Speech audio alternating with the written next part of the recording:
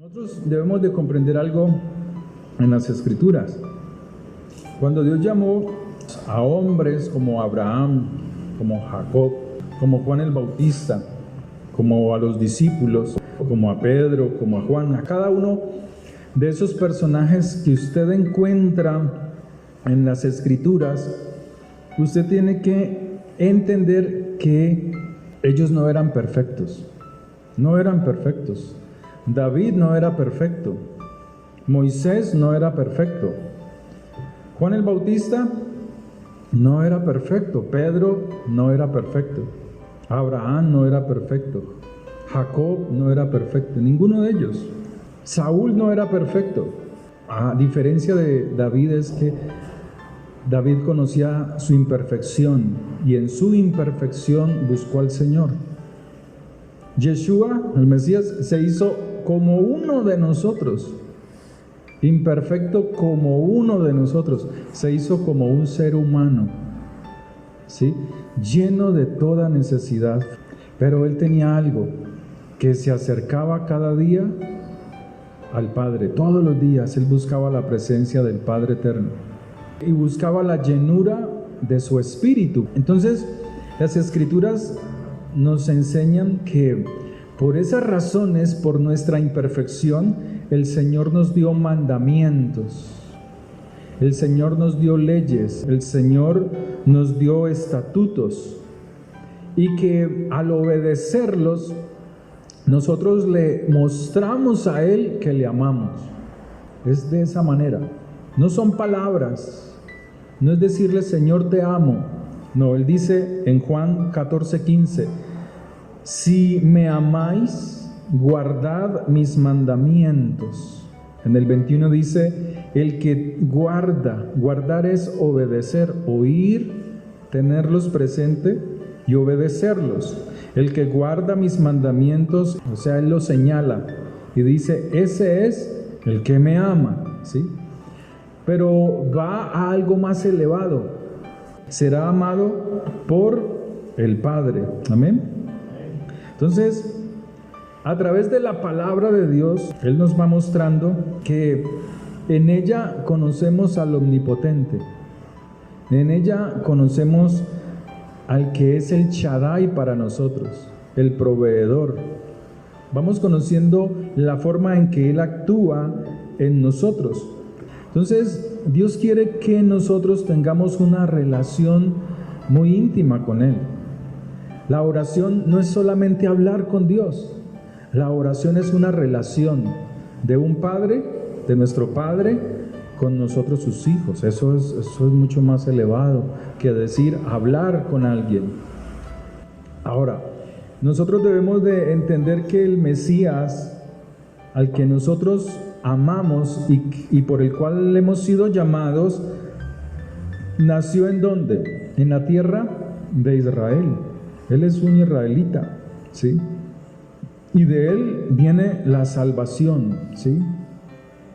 Él fue el que dio su vida por nosotros. Dice la palabra que él nació en Belén. Belén o Belejém significa casa del pan y de la alabanza, porque es Belén, casa del pan.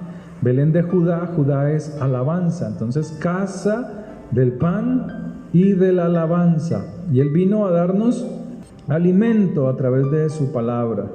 Entonces, Israel viene a ser para Dios, como se lo dijo a Jeremías, su hijo amado, la nación de Israel. Pero ¿quiénes? Aquellos que obedecen la palabra de Dios, aquellos que la obedecen. Él dice en Jeremías 31:20, ¿no es aún Israel mi hijo querido? Dice el Señor, a menudo tengo que castigarlo, pero aún así lo amo, y ciertamente le tendré misericordia. ¿Sí? Él está hablando de un pueblo que obedece y que en cualquier momento se sale del sometimiento al Padre, a la palabra. Yeshua es la palabra y tenemos que escudriñar la palabra porque Él nos da ese alimento diario.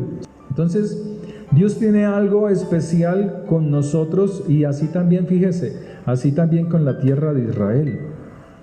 ¿Sí? Si uno mira la tierra de Israel, pues casi siempre los terremotos y esos movimientos telúricos se dan en derredor de Israel y no en Israel. Esos terremotos tan fuertes que se dan en Medio Oriente, casi nunca se dan en Israel. Mire y verá. Se dan en Siria, en Turquía, terremotos impresionantes. Más de 1 millón de muertos por causa de los terremotos. Pero a la tierra de Israel, Dios de alguna manera la guarda, a pesar de que cometen injusticia muchas veces. Porque no todos los que gobiernan son personas que se someten a la palabra de Dios. Pero sucede algo que desde siempre le ha acontecido, desde el principio en que la nación fue creada. Y es que ella siempre tiene guerra, está en combate, siempre está en guerra, ¿sí? Y sus guerras son día y noche, 24 horas al día. Tremendo, ¿no? Entonces, podemos ver que aún la misma Escritura nos habla de que nosotros, siendo el pueblo de Dios, tenemos luchas, tenemos peleas, tenemos cosas por qué batallar, cosas por qué pelear, más ahora que tenemos a nuestro Salvador, a nuestro Yeshua y su palabra. Tú tienes que batallar, tienes que pelear esa guerra espiritual. La peleó Abraham, la peleó Jacob, la pelearon los patriarcas, ¿sí? E Israel pelea 24 horas al día, le envían misiles. Eso no es de ahorita, eso no es de ahora. Todos los días le envían misiles. Lo que pasa es que a partir de ese mes de octubre, si mal no recuerdo, el ataque fue masivo, fue impresionante. Tierra, mar, aire, ¿sí? Entonces, a través de esas situaciones, este pueblo de Israel se ha preparado para la guerra. De por sí es uno de los, si no es, creo que es el mejor ejército que hay en el mundo. ¿Por qué? Porque todos los días están en guerra, todos los días están en combate, todos los días tienen que prepararse. Ahora, nosotros, por causa de la palabra, por causa del Mesías, de Yeshua, del Jesús que usted conoció, ¿sí? Nosotros somos en Yeshua, en la sangre de Él, somos hermanos de aquellos a los cuales Dios llamó, que es Israel, ¿sí? Entonces, nosotros también tenemos guerras, nosotros tenemos batallas que dar, batallas espirituales. Tenemos todos los días que batallar. Entonces el Señor, sabiendo eso, nos dio armas poderosas. Y la primera arma es la palabra de Dios. La palabra, el poder de la palabra. Entonces Él nos dio también el escudo de la fe, la palabra de Dios. Y dice, para poder apagar, contener todos los dardos del enemigo, todos esos pensamientos que lo atacan a usted, pensamientos de tristeza, pensamientos de frustración, pensamientos de amargura, pensamientos que te hacen sentir solo, sola, pensamientos que te hacen pensar que nadie te quiere. ¿Cuántos no han pensado así? Pero Él nos ha dado el poder de la palabra para derrumbar todo dardo del enemigo. Entonces Dios dice, toma el yelmo de la salvación y la espada del Espíritu, que es la palabra de Dios. Tal vez leíste la palabra, pero no ejerciste autoridad sobre las situaciones, sobre los problemas, sobre la enfermedad, sobre la escasez. Hay algo que Dios observa siempre y es, cuando estamos en dificultades, si sale una palabra que no agrada, o sea, que no es de honra para Dios, pues la cosa no es beneficiosa para ti. Por eso en los problemas tenemos que hablar la palabra. En las dificultades debemos usar el poder de la palabra del Señor. Y Él dice, orando en todo tiempo,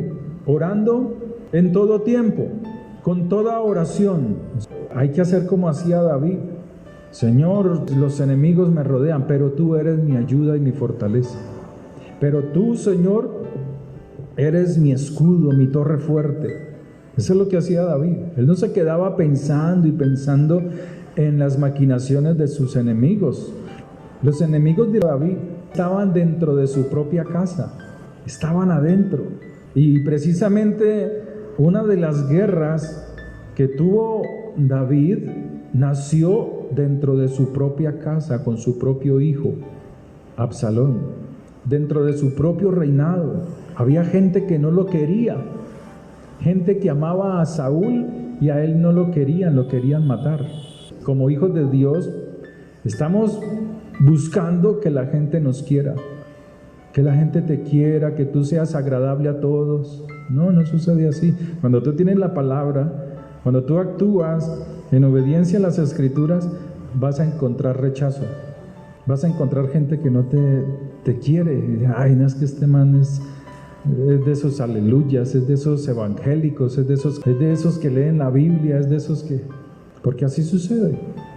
Entonces Él dice, orando en todo tiempo, con toda oración y súplica en el Espíritu, y velando en ello, con toda perseverancia, a pesar de las dificultades, porque somos un pueblo que tiene constantemente luchas y batallas todos los días. Satanás lanza dardos, 24 horas está lanzando armas, está lanzando ataque sobre nuestras vidas.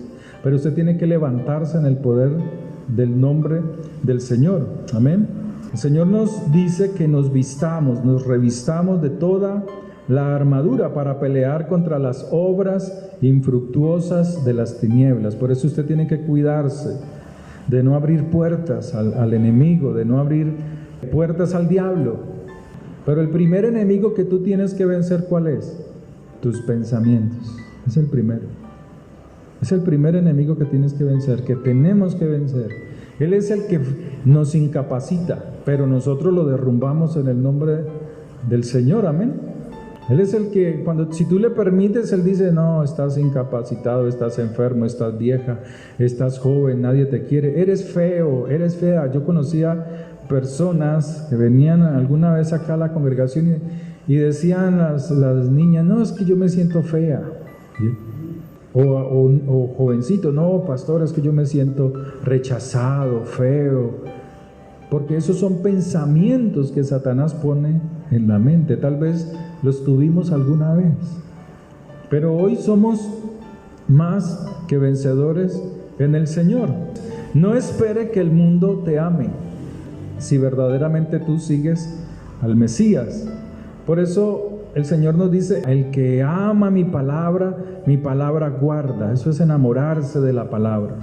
El Mesías que nosotros seguimos no nació en Grecia, no es romano, no es de pesebres, no es de novenas. Ese es el Mesías griego, ese es el Mesías, el Jesús romano. Él no es de allí, sino que Él salió, dice la palabra, de los lomos de Abraham y de David. Eso dice Mateo capítulo 1, verso 1. Cuando habla de la genealogía del Mesías, dice que Él es hijo de David, hijo de Abraham. No es romano, ¿sí? Y Él nos ha dado poder para que nosotros usemos ese poder destruyendo las obras de Satanás. Toda confrontación de poderes. Y en la Biblia nos explica, nos habla que antes del Mesías, antes de que Él viniera, fuese envuelto en carne, muchos patriarcas tuvieron luchas y tuvieron guerras, pero no solamente guerras espirituales, sino guerras físicas que representaban las potestades de las tinieblas. Entonces Dios llamó a un Moisés a los 83 años, le habló en el Sinaí. A los 83 años ya estaba cuidando las ovejas de su suegro. Hay gente que es así, piensa que su vida está perdida, piensa que la edad es un símbolo o es una manifestación de que ya no puede hacer nada. Y Dios lo llamó y a los 83 años lo envió donde Faraón. Y en el reino del Faraón, pues se manejaban los poderes de las tinieblas en un conocimiento muy alto, la brujería, tanto así que el Faraón se hacía llamar Tauro, ¿sí? Porque ellos manejaban todo lo que es el esoterismo, la brujería, la hechicería en un alto nivel. El problema del cristiano, ¿sabe cuál es? Que él cree que eso son tonterías. Él dice, no, que eso no tiene poder conmigo. Entonces él ni ora, ni pide a Dios, ni hace guerra espiritual, no levanta su voz en oración. Y él dice, él se confía y dice, no, yo soy de Jesucristo y eso a mí no me hace nada. Y están llenos de problemas, están llenos de dificultades. Pero Moisés entendía que él iba a ser enviado por el Señor para derrumbar las fortalezas de Satanás, representadas en el Faraón, que tenían a sus hermanos en esclavitud, en opresión. Faraón decía que él era Tauro, el todopoderoso, el toro de Memphis. Y allá envió Dios a Moisés al terreno de Faraón. Y ellos usaban de cosas paranormales, cosas espirituales con mucho poder. En la cosmovisión que ellos tenían, decían que el universo había salido del río Nilo, que todos los dioses salían del río Nilo. Si usted lee las escrituras y entiende, comprende por qué Dios puso a Moisés en las aguas. La cosmovisión que los egipcios tenían en cuanto a las cosas del universo, ellos decían que los dioses salían del río Nilo y Faraón salía del río Nilo. Y Dios, en su sabiduría, puso a Moisés en las aguas y fue rescatado, fue sacado de las aguas del río Nilo. Pero dice la escritura que lo sacó con un propósito, y ese propósito fue colocarlo frente a Faraón y que Faraón lo viera como un dios. Éxodo capítulo 7, verso 1. Los egipcios adoraban el sol, las estrellas, los astros, practicaban la magia en un alto poder, era una potencia para ese momento, geográficamente y espiritualmente. Doblegaban cualquier nación con todas estas prácticas satánicas. Era muy avanzada las obras de ellos en cuanto a la brujería. Y si hay algo que ofende a alguien que tiene poder, es que conozcan sus debilidades. Cuando ya la gente conoce su debilidad, comienzan a faltarle al respeto, ¿sí o no? Así sucede, y así sucedió aquí. Capítulos Éxodo 7, vamos un momentico a Éxodo 7. Y le dijo, mira, yo te he constituido Dios para Faraón y tu hermano Aarón será el profeta. Verso 14. Entonces Yahvé dijo a Moisés, el corazón de Faraón está endurecido, porque así es la lucha. Tú estás guerreando, estás batallando y nada que se dan las cosas, pero tienes que seguir batallando, tienes que seguir orando y tienes que obedecer. Si algo te da poder sobre las dificultades es la santidad, cuidar la lengua. Por eso muchos cristianos no vencen en sus guerras espirituales, porque oran mucho, pero no se cuidan la lengua. Entonces dice la palabra, el corazón de Faraón está endurecido y no quiere dejar ir al pueblo. Ve por la mañana. ¿A qué horas? Cuando usted se levanta, ¿qué hace físicamente? Hacer el 2 y luego el 1. Eso es algo del ser humano. Esto es lo que está diciendo. Ve a Faraón en la mañana. ¿Qué estaba haciendo Faraón? El 2. Y cuando vio a Moisés, hizo el 1. Algunos otros todavía 2 más 1, 3. Iba en la mañana al río a hacer sus necesidades. He aquí que él sale al río y tú ponte a la ribera delante de él. Faraón está adentro y él, colócate a la ribera del río. Preséntate frente a él, pero tú a la ribera del río. Y tú ponte a la ribera delante de él y toma en tu mano la vara que se volvió culebra. Estaba peleando, habían potestades de las tinieblas, había una guerra de poderes celestiales en ese lugar. Y dile: Yahvé, el Dios de los hebreos, me ha enviado a ti diciendo: deja ir a mi pueblo para que me sirva en el desierto. Y he aquí, hasta ahora no has querido oír. Así ha dicho Yahvé: en esto conocerás que yo soy Yahvé. He aquí, yo golpearé con la vara que tengo en mi mano el agua que está en el río. ¿Y dónde estaba Faraón? ¿Dónde estaba? Adentro del río. Yo golpearé con la vara que tengo en mi mano el agua que está en el río y se convertirá en sangre. Eso fue allí mismo. Mire que son versículos que tú pasas por alto, siempre los pasas por alto, pero son secretos que la palabra de Dios nos muestra.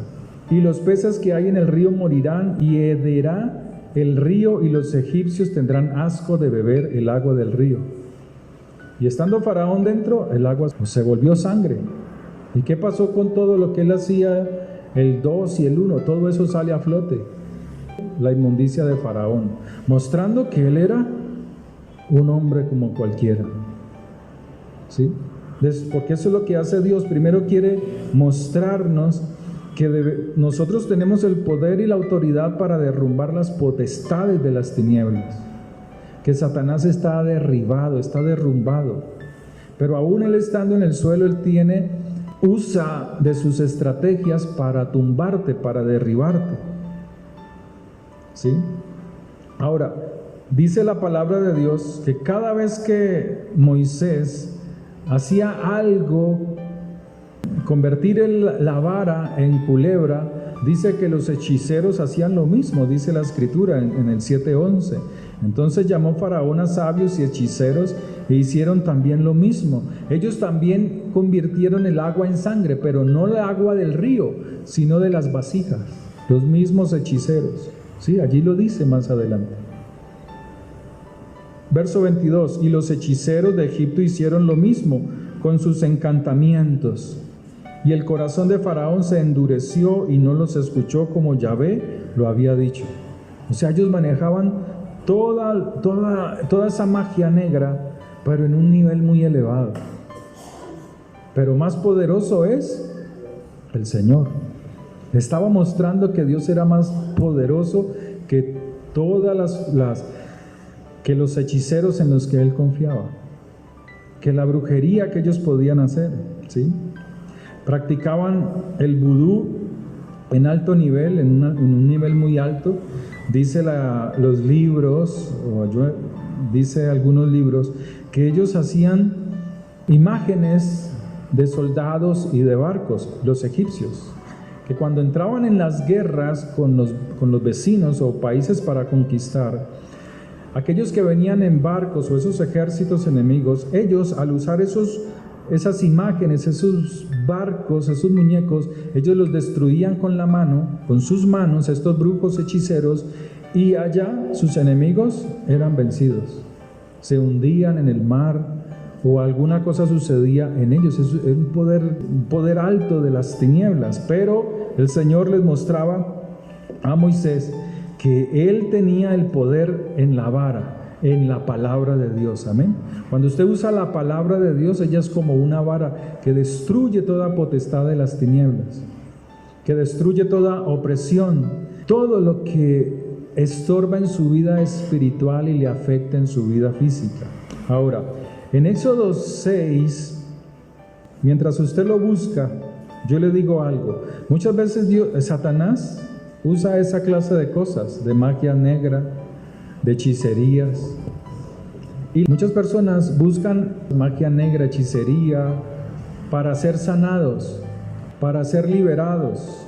Y a muchos les sucede, a muchos les llegan sanidades por parte del brujo, del hechicero o del santo por el cual están. Ellos pueden sanar, ¿sabía usted? Todas esas estatuas y todas esas imágenes sí sanan, pero no producen salvación ni vida eterna. Que paralelamente a la verdad hay una mentira, ¿sí? La cual Satanás usa para engañar y atraer gente que no tiene o que no quiere acercarse a Dios. Y la usa para distraerlos, para que mucha gente se vaya detrás de dioses que no son verdaderamente Dios. Por eso usted oye la gente diciendo, no, que yo le oré a la Virgen de Guadalupe y ella hizo algo. Es la misericordia de Dios, pero ellos no lo entienden. Usted sí entiende que paralelo a la verdad, Satanás también se está moviendo para engañar, para destruir. Por eso a ti te dicen, pero es que usted se mete allá en la iglesia como un religioso y levanta las manos como no sé cómo. Pues eso mismo hago yo no necesito ir allá, yo recibo sanidad, está mi Virgen, está mi Santo Tomás, y ellos también hacen sus milagros, y yo también me acerco a Dios. Aquí vienen y me traen la revista y yo la leo y ellos me predican, y así es la gente, hermano, no comprenden que paralelo a la verdad, Satanás actúa para engañar al pueblo. Pero hay una diferencia, que los milagros del Señor son genuinos, traen liberación, traen salvación y traen edificación. Entonces, cuando nos reunimos a orar en la congregación, es para destruir las obras de Satanás, hechicería, brujería.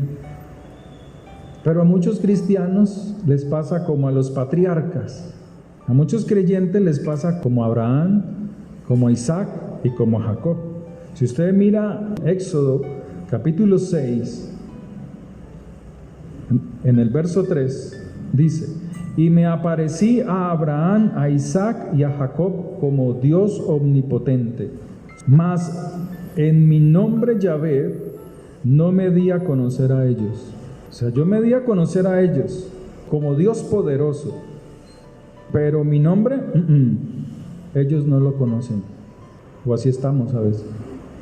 Conocemos a Dios como el omnipotente, pero no conocemos su esencia. Alguien hace un tiempo atrás me decía, pero es que yo estoy conociendo los 72 nombres del Señor, de Jehová. Así estaba Abraham, Isaac y Jacob. Esos 72 nombres, de los que muchos en su momento hablaban, muchos creyentes, no son nombres de Dios, son los atributos de Dios, son cualidades de Él, no son los nombres. Entonces, muchos oyeron de Yahvé Nisi o de Jehová Nisi, Yahvé El Shaddai, Shammah, Nisi, Shalom, Yahvé Shalom, Dios Raboní, Isbaot, Ish, El Adonai, los 72 atributos del Señor que muchos dijeron que eran sus nombres. Pero Dios en su misericordia permitió que los patriarcas lo conocieran de esa manera, pero no conocían su esencia, y su esencia está en su nombre, en lo que Él es. Por eso Moisés le dice al Señor, yo quiero saber qué le voy a decir a Faraón cuando me presente delante de él. Dime cuál es tu nombre, porque si yo le digo que me aparecí en nombre de Dios, pues ellos también me dirán, nosotros también tenemos dioses. Los patriarcas conocieron al Señor a través de su necesidad. A veces decimos conocer a Dios, pero Dios se está mostrando a tu vida es a través de tu necesidad. Si usted tiene una enfermedad, ¿cómo Dios se va a manifestar a usted? ¿A través de qué atributo? ¿Cómo se llama ese atributo de Dios? Yahvé, Rafa, tu sanador. ¿Usted no ha visto que muchos negocios se llaman Jireh? ¿Han visto eso o no? Panadería, Jireh. Peluquería, Jireh. Taller de mecánica, Jireh. Lo hemos visto. Porque Jireh, ¿qué quiere decir? Tu proveedor. Entonces, Abraham, Isaac y Jacob conocieron al Señor, pero a través de su necesidad, mas no de su nombre. ¿Qué problema tenía Abraham con su esposa? Eran estériles. Entonces Dios se le apareció a Abraham como el Shaddai, el omnipotente, el todopoderoso, el que fecunda. Así se le apareció Dios a Abraham. Así se le apareció Dios a cada uno de los patriarcas, de acuerdo a su necesidad. Pero a Moisés dice: mas en mi nombre Yahvé no me di a conocer a ellos, sino ¿a quién? A Moisés. O sea, Moisés tenía una relación tan íntima con el Señor que pudo sumergirse en la esencia. Entonces muchos conocen al Señor es a través de su necesidad, a través de los atributos del Señor. Entonces por eso no tienen una relación constante con Él, porque solamente suple la necesidad y se salen. Suple la necesidad y siguen en lo mismo, vuelven atrás. Dios le dio a Moisés, le permitió a Moisés permanecer en su esencia, conociendo todo de Dios. ¿A quién Dios le dio la ley si no fue a él, a Moisés? Porque estaba ¿en dónde? En su presencia, porque estaba en la esencia del Padre, lo que Él es.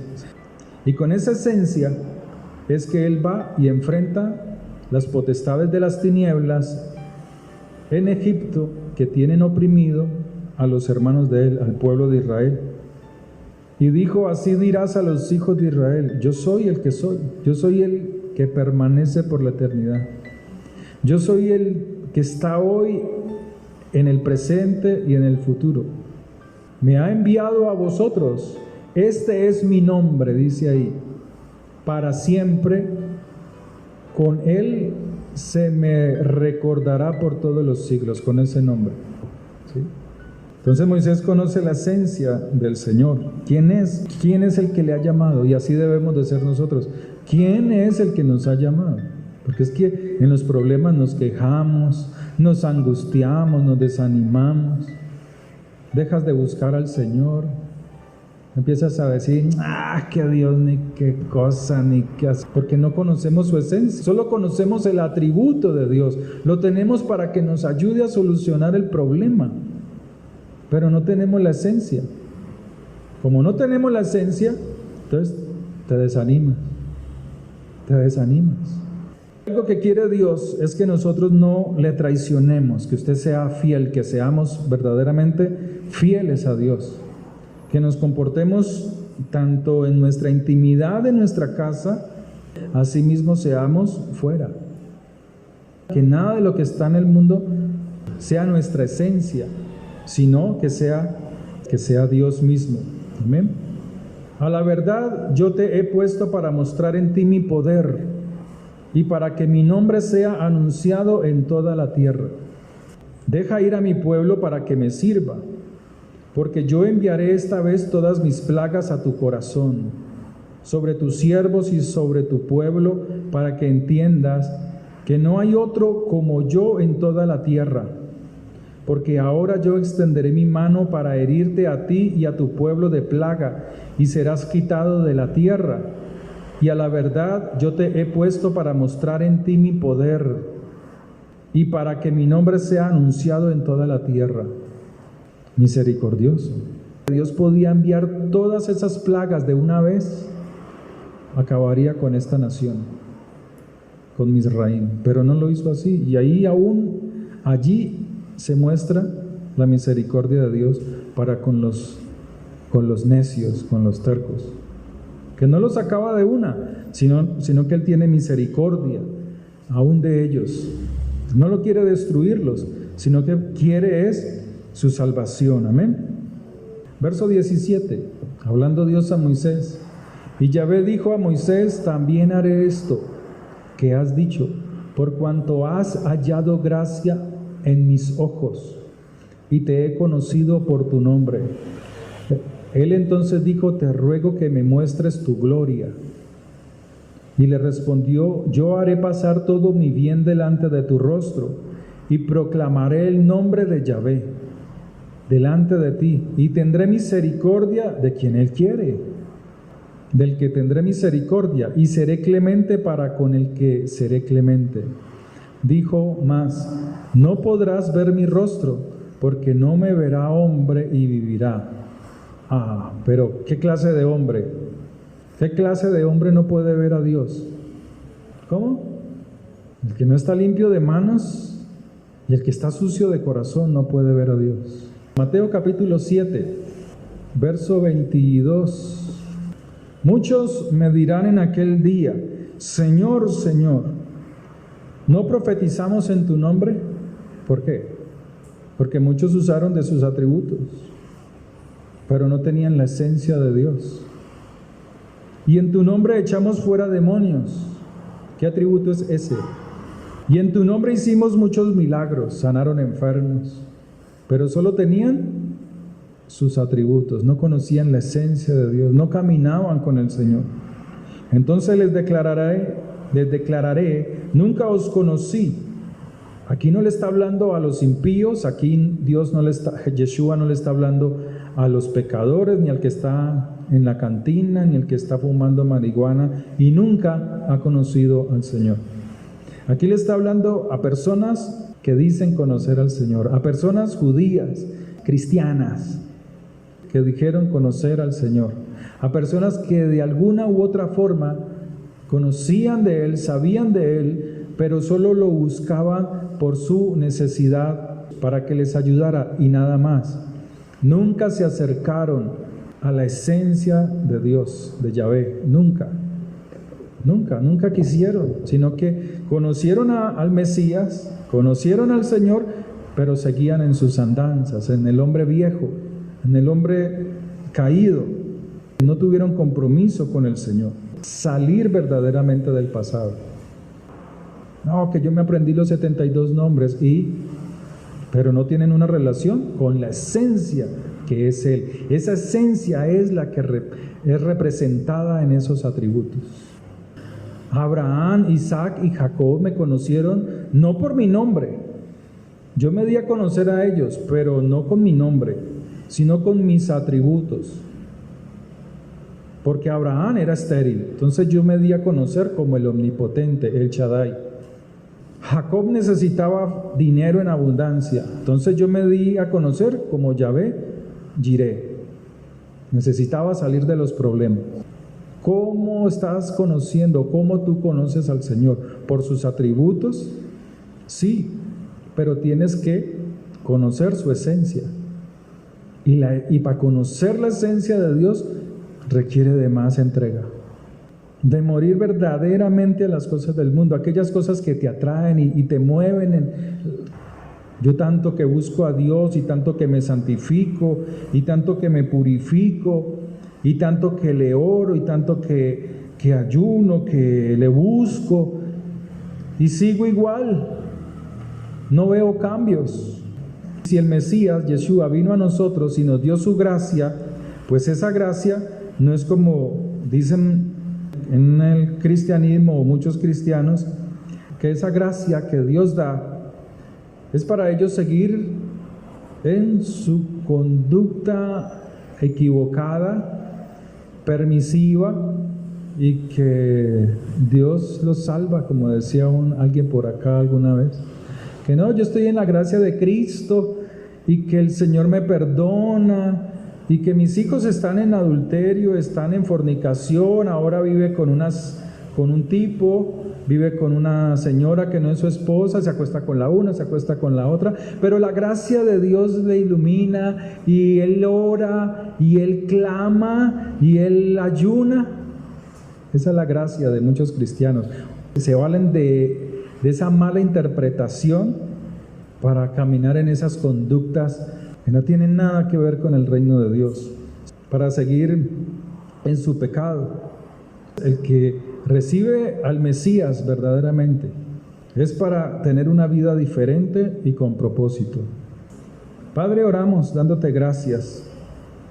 Dígale, Señor, que yo en tu nombre, Señor, pueda hacer la diferencia de qué es estar con tu nombre y qué es estar, Señor, con tus atributos. Que podamos hacer la diferencia en un nivel espiritual alto, Señor, porque tenemos una relación íntima contigo, porque nos relacionamos con tu esencia, así como tú lo hiciste con Moisés. Padre, gracias.